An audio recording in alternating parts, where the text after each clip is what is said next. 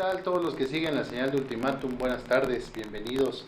Estoy muy contento porque esta tarde pues estamos muy felices de recibir al doctor Luis Alfonso Astudillo, en esta tarde neumólogo al que le damos la bienvenida con muchísimo gusto a estos estudios de Ultimátum. Doctor, Muchas buenas gracias. tardes, ¿cómo estás? ¿Qué tal, Gregorio? Buenas tardes, el gusto es mío. Gracias por la invitación y un gusto de estar acá contigo y compartir con tu audiencia. No, pues el placer es nuestro, Doc, gracias por hacernos un espacio en tu agenda.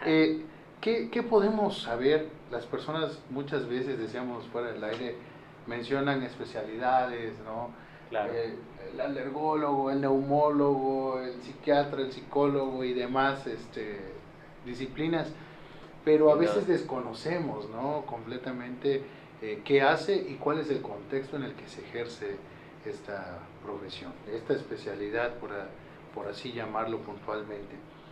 ¿Qué hace un neumólogo y qué es la neumología como tal? Porque muchas veces se desconoce por completo el concepto.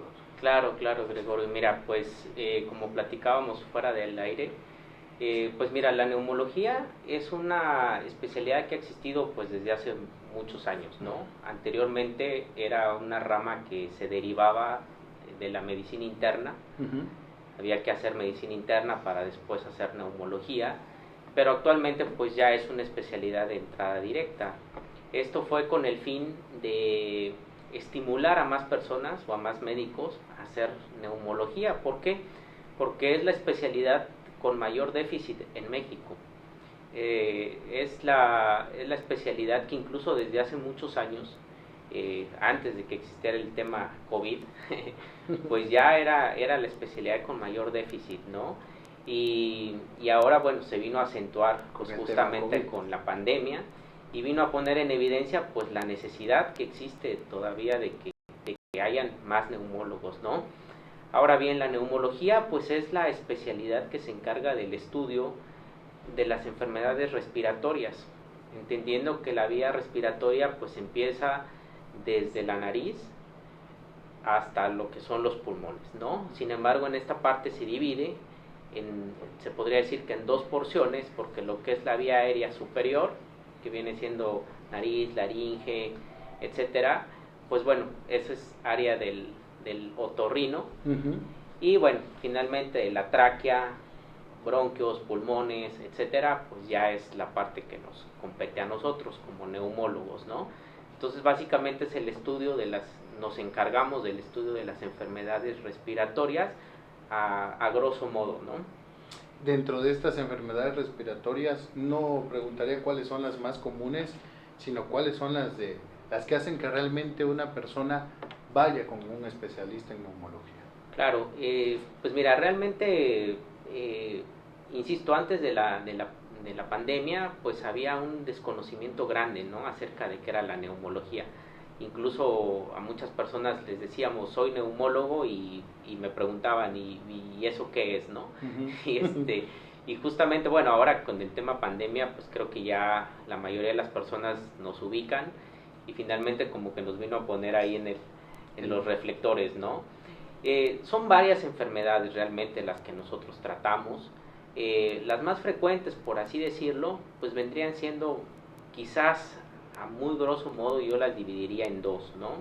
Quizás en las enfermedades inflamatorias crónicas, como vendría siendo el asma, que actualmente ya no se le dice bronquial porque pues no puede haber asma de otra parte que no sean los bronquios. Ok, o sea, ya es erróneo llamar asma. Claro, porque es como redundar, ¿no? Sí. Entonces ya como que se le quita lo bronquial porque como que ya va implícito. Y la otra gran enfermedad pues es la enfermedad pulmonar obstructiva crónica, conocida por sus siglas como EPOC, que son dos enfermedades inflamatorias. O sea, ese es como lo crucial o lo definitorio de estas enfermedades, pero que finalmente tienen muchas diferencias, ¿no? A grosso modo, pues el asma más que nada lo diagnosticamos en edades tempranas, en la edad de la niñez principalmente, y tiene un componente heredofamiliar, quiere decir que en la mayoría de los pacientes encontramos algún antecedente familiar de alguien que ha sido asmático, ¿no? Papá, mamá. ¿Y esto lo predispone? Sí, claro. Generalmente siempre son de primera línea, ¿no? Papá, mamá, un tío, abuelos, y obviamente tiene esta carga genética que lo va a predisponer a ser asmático, ¿no? Y que no quiere decir que no se pueda diagnosticar a otras edades, ¿no? Se puede diagnosticar incluso en la edad adulta, etcétera, pero lo más común es diagnosticarlo a edades tempranas, ¿no? Tiene una triada muy clásica que la vemos muy frecuente, que es la asociación de tos, falta de aire y algo que se llama sibilancias, que los mismos papás a veces, hablando de niños, nos dicen, es que yo escucho que le silba el pecho, ¿no? Sí. Entonces, esta triada es muy característica, asociado a, bueno, si el papá, la mamá es asmático, bueno, prácticamente es como agua pasa por mi casa, ¿no?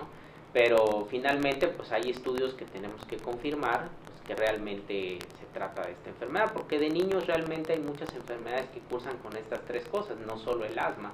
Entonces, ahí hay que ser bastante exquisitos en el diagnóstico, ¿no? Por otro lado, pues como te mencionaba, está la otra enfermedad inflamatoria, que es la EPOC, y repito, enfermedad pulmonar obstructiva crónica, que esta no tiene un componente heredofamiliar, más bien lo diagnosticamos en edades más adultos, principalmente arriba de 50, 60 años, y es una enfermedad que se relaciona mucho con el hábito tabáquico. Principalmente el tabaquismo pues es la causa número 1 del EPOC, ¿no? A diferencia de que el otro son niños, componente genético, aquí es más algo adquirido porque finalmente pues es algo que uno está decidiendo fumar, ¿no? Es como la consecuencia de un estilo de vida. Exacto, y que va causando una inflamación crónica, como el nombre lo dice, y que hoy en día se sabe que no solo es una enfermedad pulmonar, sino que es una enfermedad sistémica, quiere decir que es una enfermedad que repercute en muchos órganos, no solo en el pulmón, repercute en el corazón, pérdida de peso, desnutrición, postración, etcétera, etcétera, ¿no? No quiere decir que solo sea el tabaco, puede ser tabaquismo activo y pasivo, ¿no? Aquellas personas que también están expuestas porque alguien fuma en casa, y bueno, finalmente pues es lo mismo. Y no olvidar que acá en nuestro estado pues todavía estamos, es muy frecuente ver todavía gente que sigue cocinando con leña. Entonces el humo de leña es otro factor predisponente para tener esta enfermedad, ¿no? Y no necesariamente en los campos, muchas veces es en lo que se prepara en las casas de forma cotidiana. Claro, y también entender que quizás hoy en día ya mucha gente ya no lo hace, pero que sí estuvo expuesto 15, 20 años y finalmente ese daño quedó ahí y pasado el tiempo pues se va a manifestar. Estar expuesto también a este humo que sale de los braseros, como se le conoce comúnmente, las personas que asan las carnes, claro, o que venden los pollos rostizados, ese humo que se respira finalmente, claro. ¿Es igual de dañino? Sí, también. El detalle es que sí hoy en día se reconoce que la exposición tiene que ser bastante prolongada pues para que realmente genere este daño, ¿no? A diferencia del tabaquismo que bueno, finalmente un cigarro contiene más de 400 sustancias tóxicas, ¿no? Entonces no podemos comparar el daño que puede generar el tabaco quizás con la leña, etcétera. Y también esta enfermedad se puede diagnosticar en edades tempranas, pero es sumamente raro porque se asocia a una enfermedad que es rarísima, que se llama déficit de alfa-1 antitripsina, que es sumamente rara.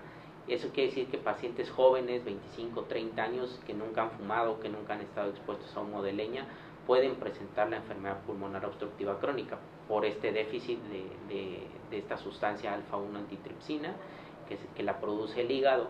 Pero bueno, finalmente es muy muy rara, ¿no? Lo frecuente es encontrar la asociación de tabaco, EPOC, ¿no? Entonces son estas dos enfermedades inflamatorias crónicas que no tienen cura, solo las controlamos, pues es como el diabético, el hipertenso, que no los vamos a curar, simplemente los vamos a mantener, digamos, estables. Y son esta rama, digamos, de estas enfermedades inflamatorias, ¿no? Por el otro lado está la rama de las enfermedades infecciosas, llámese neumonías, que realmente las neumonías en el sentido estricto, pues lo podría atender, vaya, o sea, desde el primer nivel de atención, ¿no? O sea, desde el médico general, desde el médico familiar, el internista, etcétera, etcétera. No es algo como que sea necesariamente que el neumólogo, ¿no? Pero generalmente cuando hablamos de neumonías, pues bueno, es como muy, muy propio de nuestra rama, ¿no? Y generalmente cuando nos hablan, no quiere decir que sea siempre, pero cuando nos hablan es porque son casos como ya más complicados, que se complicaron con algún otro proceso, que ya se sale, digamos, del proceso neumónico, entre comillas, típico, ¿no? Entonces, bueno, ahí entramos un poco en el tema tuberculosis. Finalmente, Chiapas es un estado endémico de tuberculosis, entonces... ¿A qué se debe esta prevalencia que tenemos como estado en tuberculosis? Yo considero que va en función un poco de la falta de educación que hay en muchas regiones, ¿no? Desafortunadamente hay regiones de difícil acceso, sí, claro, donde no es tan fácil llegar y difundir estas enfermedades, y también un poco, he de decirlo, a la falta de pues de escrutinio, ¿no? De que si determinamos un caso, pues estamos obligados realmente a ir a buscar más casos, ¿no? Sí. Y esto a veces se deja de hacer por la razón que sea, y es ahí donde se nos va de las manos, ¿no? Y que pasa lo mismo, o sea, finalmente la tuberculosis es algo que se lleva, hay un programa bien establecido en México, que cada estado lo tiene que llevar, incluso los medicamentos que se usan son de uso exclusivo de los centros de salud, etcétera, etcétera, justo para tener como este control, pero pues muchas veces se va de las manos, ¿no? Esa es la realidad. Entonces serían como estas dos grandes ramas, y ahí dentro de estas crónicas, y asociado un poco a lo que mencionábamos del EPOC, del tabaquismo, pues bueno, mencionar la complicación más grave del tabaquismo, ¿no? Que es el cáncer de pulmón, ¿no? El cáncer de pulmón no es exclusivo de los fumadores, pero también tiene una alta prevalencia por las personas fumadoras. Y eso es lo más grave, ¿no? Que no, sí. O sea, tú puedes enfermar a tu hijo por un hábito que tú posees, y porque también es Sí, la exposición, vaya, es el riesgo está latente, ¿no? O sea, no, ahí sí no depende, creo que por así decir, se pronuncia en ciertas edades, pero la exposición es pareja, por así decirlo. Sí, claro. El cáncer de pulmón sí hay una variedad específica que sí no guarda mucha relación con el tabaco, que es una variedad que se llama adenocarcinoma. Esta estirpe de cáncer de pulmón no guarda mucha relación con el tabaco, la verdad. Se presenta en edades jóvenes, tiene una cierta prevalencia por las mujeres, y no necesariamente que hayan fumado, pero esta estirpe, ¿no? Pero las otras estirpes sí son prácticamente exclusivas de los fumadores.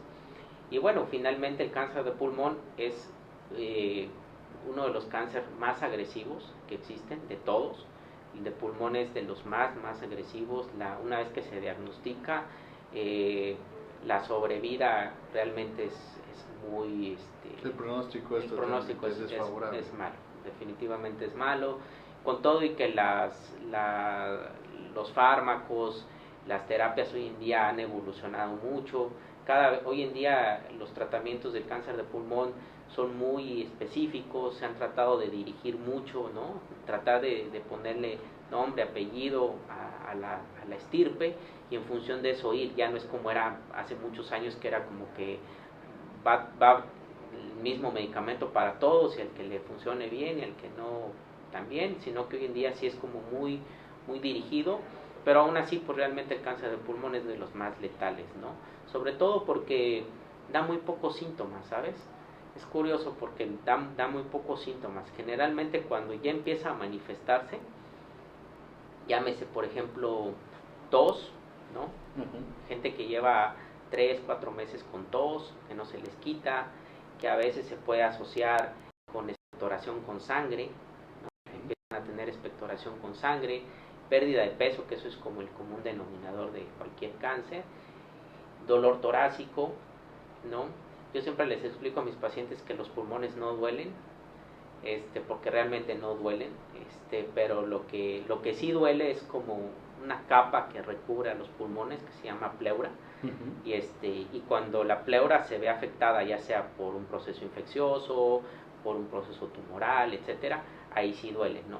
Que es un dolor que se refiere como dolor en punta de costado, que algunos dicen que es como una puñalada, ¿no?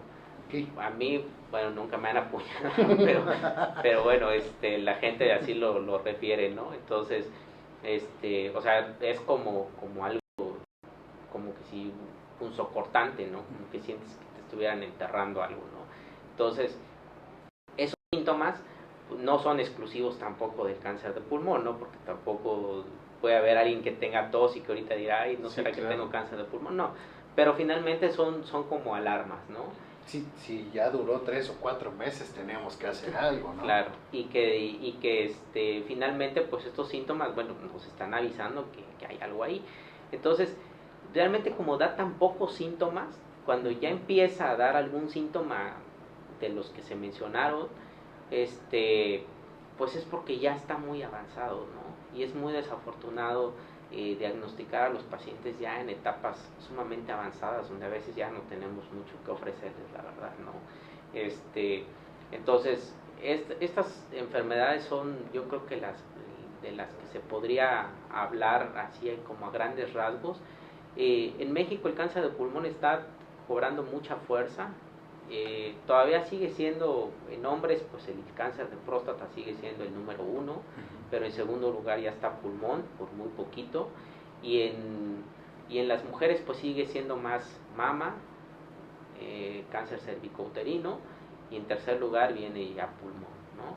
Entonces ya ha pasado a los gastrointestinales, ya ha pasado a otro tipo de cáncer, y se prevé que de aquí a más o menos 10 años ya sea el cáncer número 1 en ambos géneros, ¿no?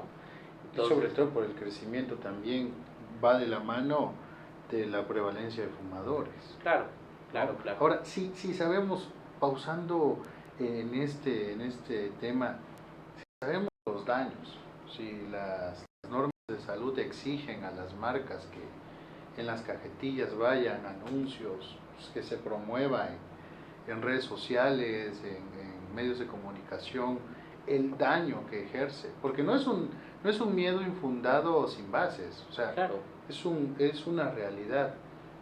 ¿Qué evita que las personas continúen haciendo esto? Sería un muy buen punto de análisis, pero principalmente mi pregunta hacia ti sería cuando ya alguien que ha fumado durante cierta etapa de su vida, que hoy esté escuchando este programa, diga, bueno, está bien, pues, que siento que hay de casos a casos, ¿no? Pero suponiendo que a alguien le llega la luz en esta tarde, ¿hay algo que hacer o finalmente que, porque más allá del hábito, los daños que mucha gente cree que vienen después de dejar el hábito causan no solo temas de ansiedad, sino a nivel fisiológico? Claro, principalmente acá es entender que el tabaquismo es una adicción como cualquier otra, ¿no? Como el tabaco, como el alcohol, como cualquier droga, ¿no? Sin embargo, pues es, entre comillas, legal, ¿no? Y permisible, ¿no?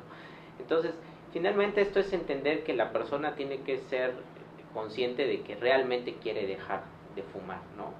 Y en función de dejar de fumar, pues sí, se entiende que van a venir una serie de trastornos como síndromes de abstinencia, pero que finalmente hoy en día existen muchas terapéuticas también para poder ayudar a estas personas a dejar de fumar. De hecho, está pues desde la terapia psicológica, desde el uso de parches, incluso ya en algunos casos pues un poco más severos, tenemos ya medicamentos avalados por las instancias de salud que realmente son muy muy efectivos para dejar de fumar, y que justamente pues es, como yo siempre les digo, primero es querer dejar de fumar para entonces tomar acción, ¿no? Y yo pues invitaría a las personas pues que si realmente ellos están dispuestos a dejar de fumar, pues buscan la atención especializada, ¿no? En este caso, pues de nuestra especialidad, ¿no? Pues no necesariamente conmigo, con cualquier colega, que busquen la asesoría, ¿no? Hay alternativas, hay fármacos sumamente efectivos y que realmente, como yo a veces les comento, el daño que ya se produjo, desafortunadamente no lo vamos a poder revertir. Es irreversible. Exacto. Pero sí podemos limitar que esto siga progresando y que quizás de algunas lesiones que pueden no ser quizás tan significativas, pues que al rato sí se conviertan en lesiones que ya no podamos mejorar, o incluso pues lo que mencionábamos, ¿no? Que ya se vuelvan lesiones malignas, ¿no? Como el cáncer de pulmón. Entonces, lo que se dañó desafortunadamente, pues ya no lo vamos a recuperar, pero sí podemos poner una pausa y decir, bueno, ya hasta aquí. Y finalmente el organismo es tan noble que aunque ya no va a recuperar lo que se dañó, pues sí se puede evitar progresar algo mucho más. Y lo que le regalas a tu cuerpo dejando un solo día de fumar, ¿no? No, por supuesto. Doc, tengo algunas preguntas claro, acá que claro. me gustaría comentarte. Adelante. Dice Teresa Mendoza, ¿por qué hay gente que fuma toda su vida? Es una excelente pregunta porque a Vox Populi se conoce. Fíjate la pregunta. ¿Por qué hay gente que fuma toda su vida y nunca se enferma de los pulmones? ¿Existen esos casos? ¿Será o no son visibles los...? Yo creería más bien que no se diagnostica. Ok. A mí me ha pasado algo muy curioso porque, por ejemplo, en EPOC tenemos que tener el antecedente, obviamente principalmente el tabaquismo, aunque insisto, no es la única causa, pero bueno, es la que más se asocia. Entonces tenemos el antecedente de tabaquismo, muchas veces realizamos estudios de imagen, llámese radiografía, tomografía, encontramos cambios ya anatómicos provocados por el tabaco, pero el nombre y el apellido, y eso sí quisiera hacer mucho énfasis, el nombre y el apellido, enfermedad pulmonar obstructiva crónica, solo lo podemos poner hasta que le hacemos al paciente una prueba funcional respiratoria que se llama espirometría. Yo puedo tener el antecedente de que se fuma 5 cajetillas al día, puedo tener una tomografía con cambios característicos por el tabaco, y yo digo, bueno, sí, ya es EPOC, ya yo lo sé, pero el nombre yo no se lo puedo poner hasta que el paciente no me haga una espirometría y yo pueda objetivar con la prueba de que ese paciente tiene un grado de obstrucción irreversible. Porque a diferencia del asma, la obstrucción es reversible en los asmáticos. Es decir, yo le doy medicamento inhalado, algún spray, salbutamol quizás el más conocido, y esa prueba revierte. Entonces quiere decir que lo que estaba obstruido se quita. En la EPOC no, lo que está obstruido se queda obstruido aunque yo le dé los sprays. Entonces es la prueba funcional espirometría con la obstrucción irreversible, y entonces ahí sí yo ya le puedo decir a la persona, usted tiene EPOC, leve, moderado, severo, que la misma prueba nos lo da, y entonces ahí sí, y eso es algo muy, muy común porque me llegan y me dicen, es que tengo EPOC, les digo, y le hicieron una prueba, no, solo me dijeron que tengo EPOC porque pues por ahí tenía una tos que no se me quitaba y ya, y le digo, bueno, pues, no es así, ¿no? Son errores comunes que se cometen y que finalmente a veces podemos dar falsos diagnósticos, ya sea para, pues, podemos alarmar de más o podemos minimizar algo que sí está, ¿no? Entonces, yo más bien creo, enfocado a esa pregunta, que yo creo que no se diagnostica. Yo creo que la persona como que aprende a vivir con ciertos síntomas que quizás ya no los percibe y que nunca acude a una valoración o algo porque no la cree necesaria y no se diagnostican. Yo creería más eso, que sí es cierto que no a todos les va a dar por ejemplo cáncer de pulmón, si no pues, tendríamos muchos, ¿no? De hecho, de todos los fumadores se estima que solo el 20% le va a dar cáncer de pulmón, pero finalmente pues es una moneda al aire, claro, ¿no? ¿A quién le va a tocar? Pues, sí, claro, porque quien nos escucha puede decir, excelente, ¿no? Claro, pues no pero soy parte de ese, ser uno de ¿qué esos? tal si tú eres parte de ese 20%? Es muy cierto. Andrea González dice, ¿Los bebés prematuros tienen más riesgo de padecer asma? En cierta medida sí, porque los bebés prematuros pueden desarrollar algo que se llama enfermedad de membrana hialina. Quiere decir que tienen un síndrome de dificultad respiratorio desde el momento que nacen, ¿no? Que muchos de ellos pues, están todavía en incubadora, incluso muchos de ellos requieren terapias intensivas, estar intubados. El hecho de estar intubados pues también les va generando ciertas pues condiciones, ¿no? que en algún momento sí los puede predisponer a ser no solo asmáticos, sino a tener otro tipo de enfermedades que se asocian sobre todo a los bebés prematuros que están intubados por mucho tiempo. Con este antecedente, o sea, sí, no, sí. no por el hecho de ser prematuro.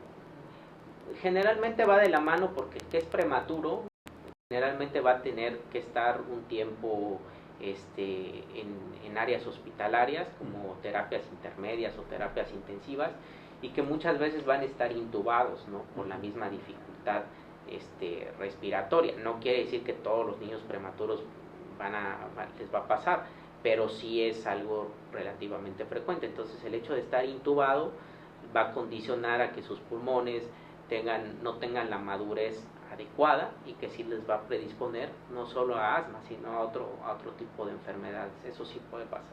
Excelente, doc. Dice Óscar Salazar, excelente información. Muchas veces las personas del campo se preguntan por qué se enferman del pulmón si nunca han fumado cigarros. Es bueno saber que no solo los cigarros dañan los pulmones, el humo de leña, por ejemplo. Por supuesto. Es muy buen dato. Por supuesto.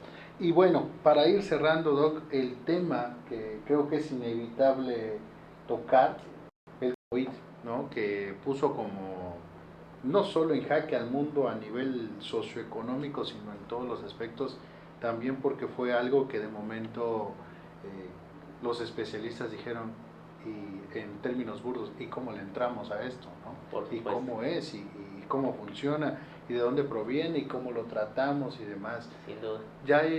Ya ahorita se tiene más materia en esto. Pues mira, como bien dices, realmente en este tema no había expertos. Aquí sí no importa si eras, si tenías 30 años como neumólogo o uno, o si eras médico general, internista o traumatólogo, ¿no? O sea, aquí todos partimos de cero, todos tuvimos que aprender sobre la marcha. Lo cierto es que hubo cosas buenas, cosas malas, pero era ir aprendiendo día a día, ¿no? Todavía hoy en día, a año y medio, yo ahorita estoy justo haciendo un artículo que va a salir en una revista de circulación aquí estatal, que justamente estoy abordando mucho de las secuelas, ¿no? del COVID, y bueno, haciendo un poco de historia, y finalmente pues justamente es esto, que cada día era ir aprendiendo, ¿no? Cada día era ir aprendiendo. De repente habían fármacos que decíamos, sí, son la panacea, y al otro día resulta que no servían para nada, y entonces era esto como que la gente decía, bueno, ¿a quién le hago caso? Porque de repente resulta que al vecino le daban X medicamentos, mejoraba, entonces ya decía, no, pues sí funciona, no funciona. Yo siempre hago hincapié en que cada caso es distinto, cada caso hay que individualizarlo, no es como una receta de cocina que todos van a tomar lo mismo, que desafortunadamente pasó eso, que era como que para todos va lo mismo y no es así, ¿no? Yo sigo insistiendo a año y medio que, por ejemplo, el uso de acitromicina, ivermectina, no tienen evidencia científica de que sirvan para el tema COVID. Eso es... Y se propagó la venta de ese Sí, desaparecieron, ¿no? No tienen evidencia científica real que respalde su uso. Yo en lo personal nunca lo usé. Aquí hay que entender que en el tema COVID es un virus, que los virus se autolimitan. Este es un virus muy agresivo que sí, cuando llega a afectar el pulmón, pues obviamente causa muchos problemas y son los pacientes pues, que acaban con cuadros neumónicos, hospitalizados y demás. Pero generalmente el 80% de las personas van a tener cuadros leves. Y como yo siempre les digo, se van a curar con médico, sin médico o a pesar del médico, ¿no? Y solo el 20% va a tener cuadros severos y de ese 20%, el 5% son los que terminan en terapias intensivas, intubados y demás. Entonces, no, a muchos van a tener cuadros leves y de por sí van a mejorar, ¿no? No fue ni por la citromicina ni por la ivermectina, simplemente iban a mejorar porque así iba a ser la evolución normal de la enfermedad. Hoy en día tenemos muchos, ya, bueno, no muchos, pero algunos medicamentos antivirales que están teniendo muy buena eficacia ante el COVID, pero desafortunadamente tienen el inconveniente de que son demasiado caros. Realmente una persona común, por así decirlo, no va a tener acceso a esos medicamentos. Son sumamente caros, se están restringiendo más que nada en el contexto de ensayos clínicos, en áreas hospitalarias, ¿no? De que dicen, por ejemplo, a ver, a ti te lo ponemos, a ti no, y comparamos a ver cómo le va a los dos, y bueno, ahí es donde como que se mide la eficacia de un fármaco, ¿no? Están habiendo algunos fármacos muy prometedores, pero que desafortunadamente son muy caros y se vuelven prácticamente inaccesibles a los pacientes. Entonces, pues es como que no existiera, ¿no? Y entonces más bien nos abocamos a tratar como que los síntomas que tengan los pacientes. Los que requieren oxígeno son los candidatos a usar unos medicamentos que se llaman esteroides, que son desinflamatorios muy potentes. En este caso la dexametasona es la que mostró mayor eficacia, pero insisto, en los pacientes que requieren oxígeno, no es para todos, no es para el que está con fiebre, en cama, pero que está bien, ¿no? Ahí la importancia de la orientación, claro, ¿no? de no automedicarse. Entonces es aquellos que requieren oxígeno. ¿Y quiénes requieren oxígeno? Aquellos que se les mide con el aparato que se llama oxímetro y tienen una saturación de oxígeno menor de 90%, entonces son los que van a requerir oxígeno, y entonces a esos pacientes que requieren oxígeno sí les vamos a dar la dexametasona, pero no a todos. Entonces yo siempre les digo, la tos, la fiebre, el cansancio no son síntomas de gravedad, son síntomas propios de la enfermedad, ¿no? Hay gente que me dice, doctor, pero es que no se me quita la fiebre. Le digo, sí, pero es parte de la evolución normal de la enfermedad, son datos de gravedad. Ahora bien, otro tema, gente que se recupera de COVID, que les dan de alta, que hayan estado hospitalizados y todo, ahí no acaba la historia. Viene el tema post-COVID. Yo estoy actualmente viendo muchos pacientes con secuelas muy, muy severas post-COVID, que desafortunadamente por la razón que haya sido no tuvieron quizás la orientación o se perdieron en el camino, dejaron de tener un seguimiento y de repente me llegan y me dicen, doctor, pero es que hace un año tuve COVID con tomografías con lesiones sumamente extensas, que ya a un año ya es poco lo que podemos ofrecerles, ¿no? Entonces yo sí haría hincapié en las personas que tuvieron sobre todo cuadros moderados y severos que requirieron oxígeno, aunque hayan estado en casa, pero que hayan requerido oxígeno y todo, sí los invitaría a que por lo menos se hagan una revisión posterior para descartar secuelas, ¿no? Claro. Cuando realmente los atendemos de una manera precoz, podemos todavía revertir muchas de estas lesiones, ¿no? Y quisiera hacer nada más una pequeña diferencia entre la fibrosis post-COVID, porque es algo que me han preguntado mucho. La fibrosis post-COVID es algo que si se trata a tiempo y bien, puede ser prácticamente reversible en un 100%, prácticamente. A diferencia de una enfermedad pulmonar que se llama fibrosis pulmonar idiopática, que esa es otra historia, porque esa es una enfermedad que no se sabe a ciencia cierta qué la causa, y es una enfermedad que no tiene cura, y es una enfermedad de pronóstico muy malo. Pero la fibrosis post-COVID, repito, si la atendemos de manera temprana, podemos prácticamente resolverla al 100%, ¿no? Entonces sí los invitaría a los pacientes que hayan tenido estos cuadros, ¿no? Sobre todo moderados, severos, a que se hagan una revisión.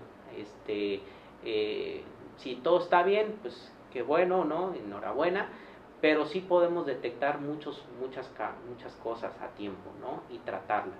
y sobre todo en los pacientes también que hayan estado intubados, que hayan tenido intubaciones, o que les hayan hecho un procedimiento que se llama traqueostomía. También vigilar mucho si continúan con dificultad respiratoria, si tienen algo que se llama estridor, que es como un chillido, por así decirlo. Invitarlos a que también acudan a valoración. Hay algo que se llama estenosis traqueal, que se asocia mucho con la intubación y con las traqueostomías. Hasta un 20% de los pacientes intubados pueden tener estenosis traqueales. Interesante. Entonces, se pasan por alto, la verdad. Estamos dejando de diagnosticar a muchos pacientes post-COVID.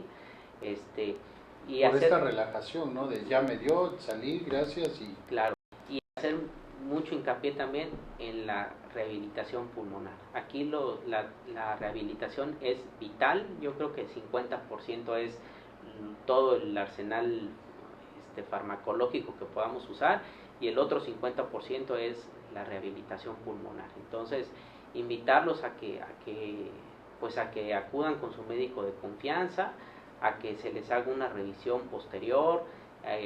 Se tiene que hacer algún estudio de imagen. Lo más indicado pues sería una tomografía de tórax, que es la que nos permite realmente ver bien las lesiones y la extensión de las mismas.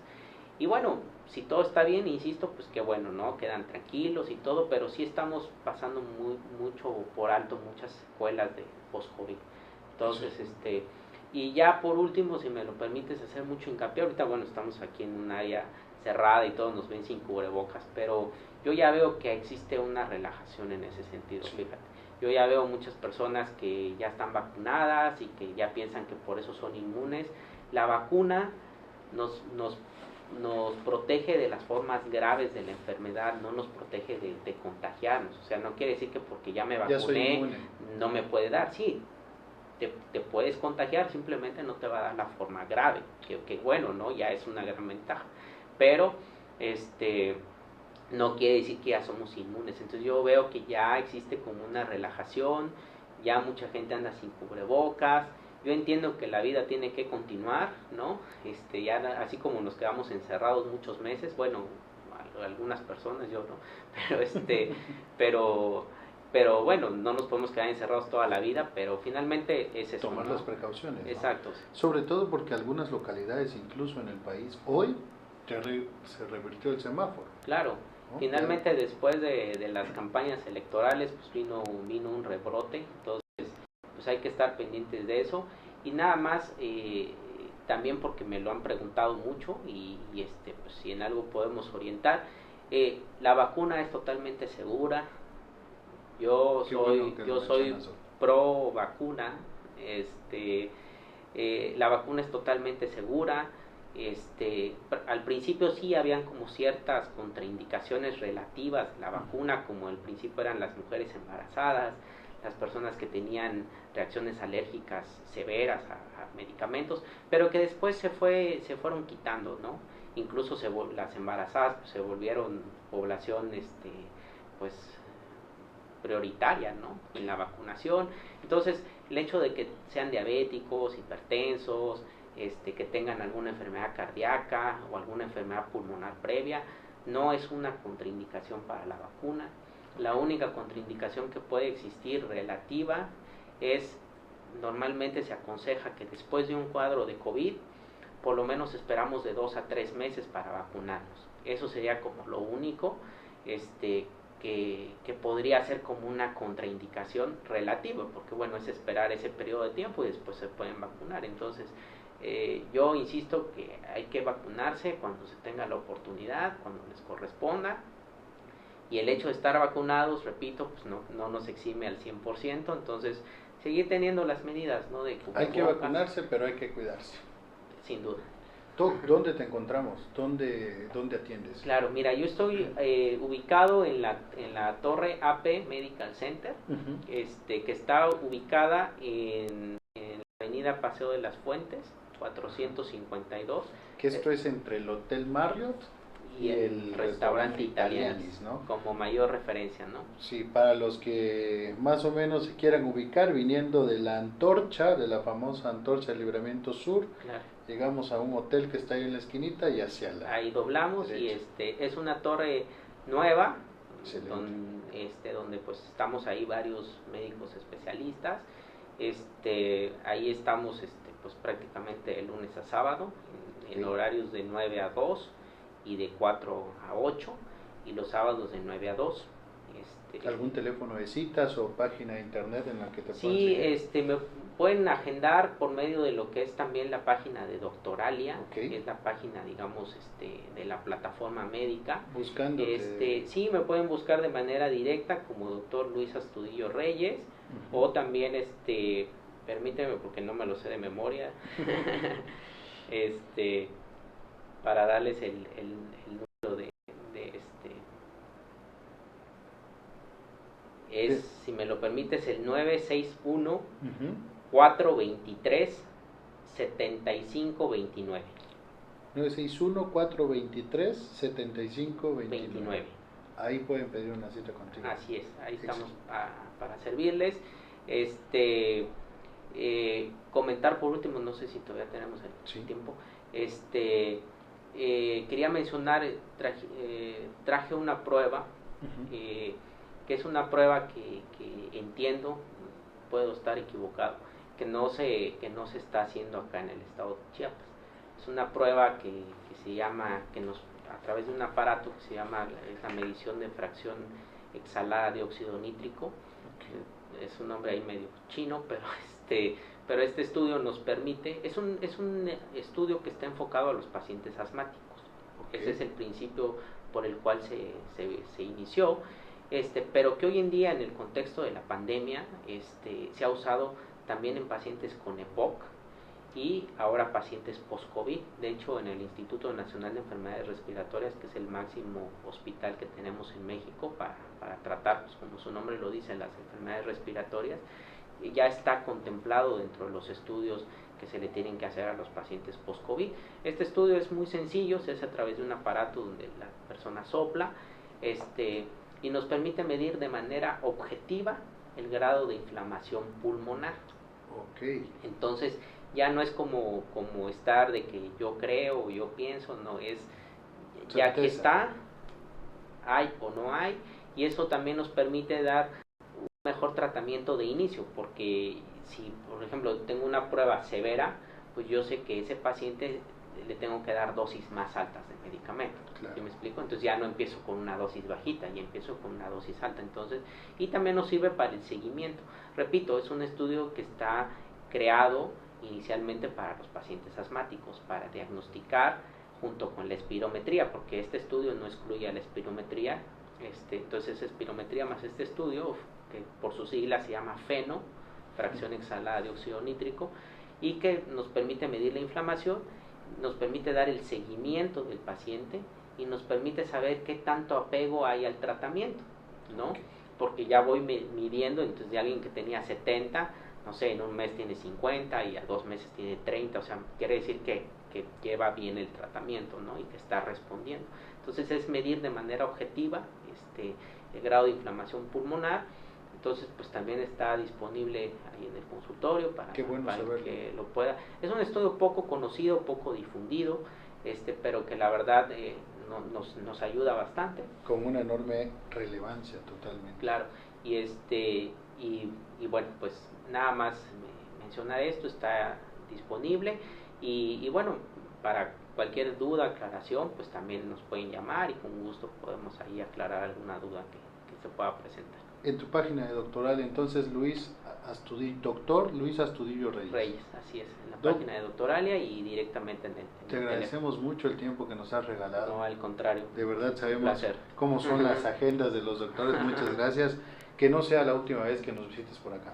No, te vamos a estar molestando. No es molestia y pues estamos ahí a la orden de lo que sí. La gente pueda orientarnos, ¿no? Que de algún tema que quisieran ellos saber más, ¿no? O ahondar más, pues con mucho gusto. Doctor, te agradecemos mucho tu disposición. Entonces estuvo con nosotros aquí en Interpersonal el doctor Luis Astudillo Reyes. Búsquenlo en su página de Doctoralia. Y bueno, hoy nos llenó de muchísimas, no solo experiencias, sino de conocimientos, y nos alumbró en muchos aspectos que era importante saberlo. Va a estar el programa inmediatamente en repetición en Facebook, en YouTube y también en modalidad de podcast. Así que te agradecemos mucho. Al contrario, Gregorio, lo agradezco mucho. Soy Gregorio Camacho, nos vemos la siguiente semana aquí en Ultimátum. Muchas gracias.